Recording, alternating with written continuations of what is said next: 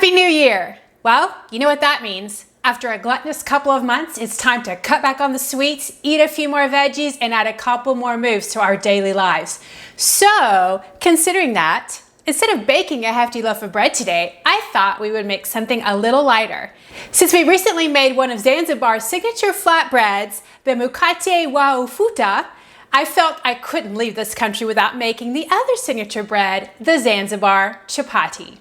Welcome to Summer Bakes the World. We're baking traditional dishes from all over the world, learning some history and lots of tips.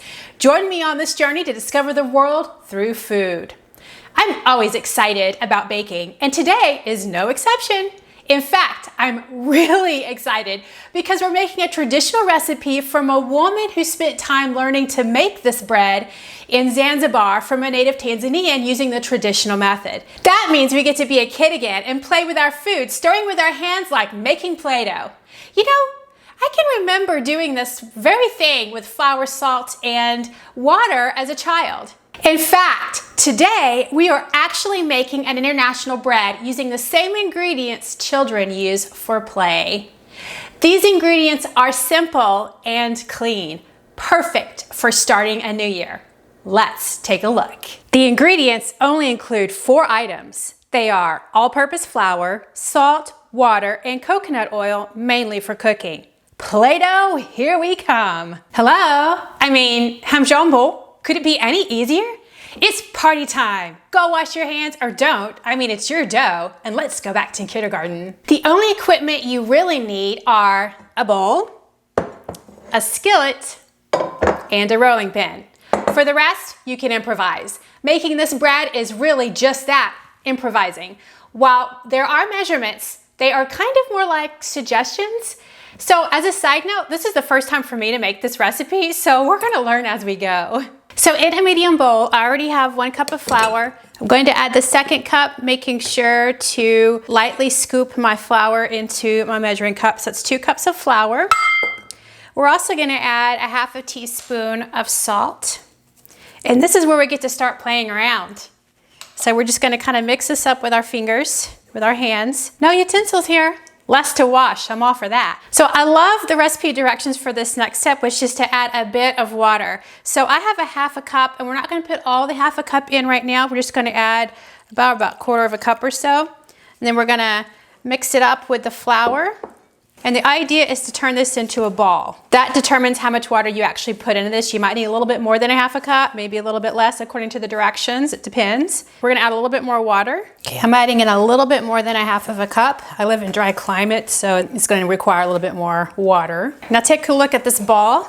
It's just simply that. It's just our flour, salt, and water. That's all that's in here. Notice that we have no yeast in this bake. It's strictly a simple flatbread. The last step is to add 1 tablespoon of coconut oil, and I put my coconut oil in the microwave to melt it. So we're just gonna add it to this dough and then mix it in. And then we're gonna knead this on a lightly floured surface. You know what? The directions say you can knead this in the bowl. I think I'm just gonna do that. Let's forget the floured surface because the oil in here is making it nice and smooth and it's not sticking to the bowl or anything. So I think that probably the traditional method would be just to knead it in the bowl. So that's what we're gonna do. All right, take a look.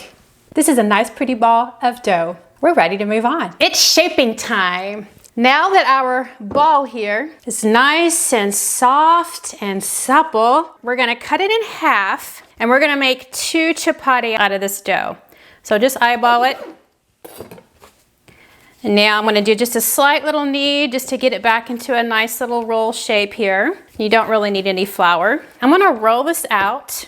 Keep it in a circular formation here, kind of like a tortilla. We're gonna roll it. So this is what it looks like when I've rolled it out into a circle. All right, so now what we're gonna do is we're gonna put a hole in the center, just with our fingers, so that we've got like a big donut going on here, okay?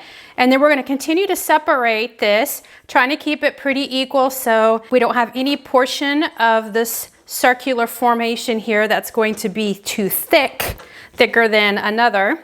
And we're just gonna form it around like this because we're making just a rope is what we're wanting to do. You could roll it, that seems to help a little bit too. But we kind of want to keep it all symmetrical if we can. The idea of this is we're making a rope. Kind of make it a little thin because we're going to coil it up like a snake. It's gonna look like a snail. So now I'm just gonna use a knife and cut it so that we actually have a rope. We want significant coils here. Okay, we wanna be able to see those when it cooks. All right, so I'm just gonna coil, get plenty of rings going, try to keep it flat.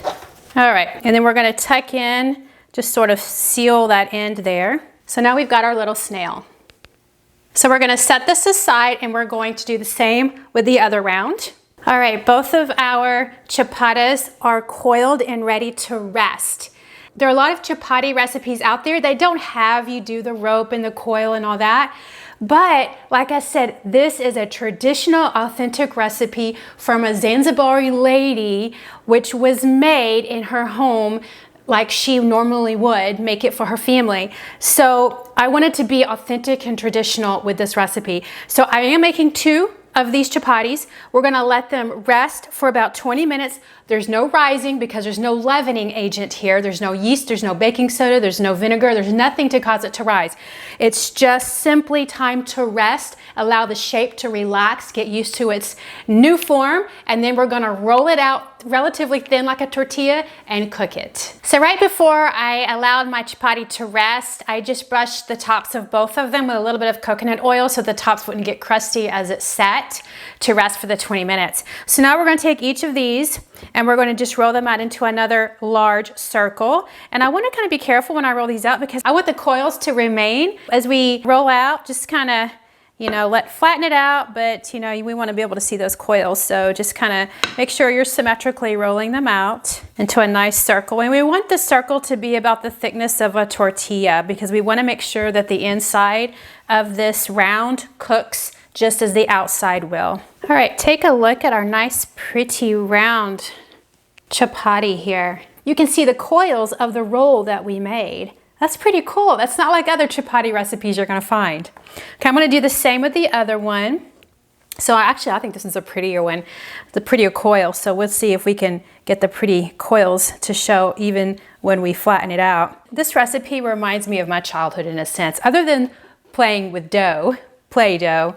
But I can remember when I was in elementary school, in my church group, we got together on a Sunday afternoon at the church, and in the kitchen, we made unleavened bread, but it was a fry bread. And I don't know to this day what was in those ingredients, but I do remember I loved it, and I've always loved bread anyway. That's a really good memory for me, and I would love to think that this bread is going to be a lot like that because it's so simple. And if I remember correctly, when we made that bread back then, we really only used flour, water, and salt. I'm almost positive that's what we used, and now that I'm making this is the first time I've thought about that, but I loved it so much. I remember for years I thought, I wonder how you make that bread because it was so good. I really wanted to taste it again. I'm almost positive that this bread's going to be just like that, but I'll have to get Scott to verify that since I won't be able to eat it. Our second round is complete now too. See, and it's also a nice pretty round. And on the back side, you can see little swirls from the coil. It's cooking time. Over the stove, we're going to let these cook just like we would a tortilla, and then we'll taste and see what they're like and compare them to other flatbreads that we've had. So we're at the stove. Skillet is on high heat currently until it heats up, and then once it heats up, then I'll turn the heat down so the chapati doesn't burn on the outside and then be raw on the inside. So we want to make sure that it cooks evenly. Here's a quick method to determine if your pan is hot enough. So I get a little cup with water in it. Hear that? Just sprinkle some water in the pan. If it sizzles, that means our pan is ready and hot. Okay, so we're gonna add a little bit of coconut oil into this pan. And I actually heated my coconut oil in the microwave, but if you just put it as a solid piece in here, it'll melt for you. Now we're gonna add our first chapati. So it's sizzling. Notice the little coils that are still there in the dough. Now I'm gonna turn the heat down to about, on my stove, it's at a level 6, which is just a little above the medium, because I don't want it to cook too quickly on the outside. We're gonna let it sit here for a couple of minutes. We know it's ready when it's brown on the underside. We'll just lift it up. It's brown, and then we'll flip it over until it browns, and then it'll be ready. Check out the little bubbles that are forming at the top of the dough. The underside is getting brown. Check that out. It looks like a tortilla, doesn't it? So I may let it go for a few more seconds, and then I'm gonna flip. I'm gonna brush a little bit of oil on top of this one just so that it gets a nice, good and brown fry side. Okay, we're gonna flip it over again. Look at those bubbles. Look how pretty it is on the cooked side. You can see the little swirls from when we coiled the dough before we rolled it out that last time. Oh, notice it's puffing up as it's cooking, just like a tortilla would. All right, our chapati is ready to take out. You can see the coils. Okay, we're gonna add in our other one, put in some more coconut oil. All right, I rolled this one out a little thinner. I wanted to compare and see what we have here. Check out the bubbles forming on this one. Now this one again is thinner, so it is puffing up quite a bit more than the other one. Can you hear that whistling? All right, I think it's time to flip this one over. Let's look at the underside. Yep, forget the spatula, we'll just use our fingers. I did brush coconut oil on that side before I flipped it over. This really does look like a tortilla. I keep saying it, but it's true. Okay, so our chapati looks ready. Yep, it's time to remove it. Man, that's a massive flatbread. Okay, take a look at our 2 chapatis. You can see the coil in one of them. Now, I intentionally made one of them just a little bit thicker and the other one thinner because I just wanted to see how it would turn out texture-wise. The one that's thinner looks like a tortilla in that it's pliable, foldable, so you could treat it, you know, however you want it. This one, not so much, just because it's so much thicker. So let's just tear into both of these, and we're gonna let Scott taste here in a minute. He can tell us what they taste like if there's a difference. You can definitely see layers in this one, the one that's a little thicker. So you don't want them too thick because then they won't cook on the inside. Now the other one, let's tear into that just a little bit. Yep. You can see that one, still some layers, just like you might see in a tortilla. Now let's see if Scott will taste them for us. Since our chapati flatbread contains gluten, Scott gets to taste it for us. Hey Scott, lucky you. Hi. If you will, give it a taste and tell us what you think. While you're tasting this, this is another flatbread from Zanzibar. It's called chapati and it's commonly eaten in Africa. Unlike the Zanzibar sesame flatbread we had recently, it only contains 4 ingredients. This one only has water, salt, flour, and a little bit of coconut oil. So, what are your thoughts of this bread?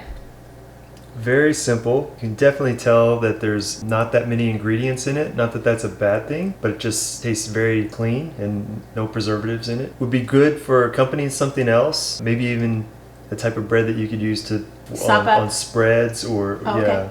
Or to sop up the plate after you finish eating. Like juices. Mm-hmm. Could you compare this to the sesame flatbread that we had the other day? This is a Zanzibar bread. The other one is a Zanzibar bread. This one is very simple. The other one had coconut milk for its enriched dough and egg.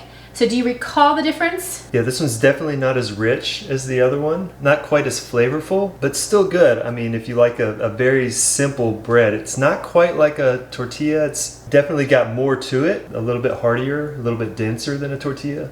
Okay, yeah, I would definitely say that, particularly since we had a thinner one and a thicker one. The thinner one seems to be the one you're gravitating towards, and I assume it's probably because it's not as denser and chewier.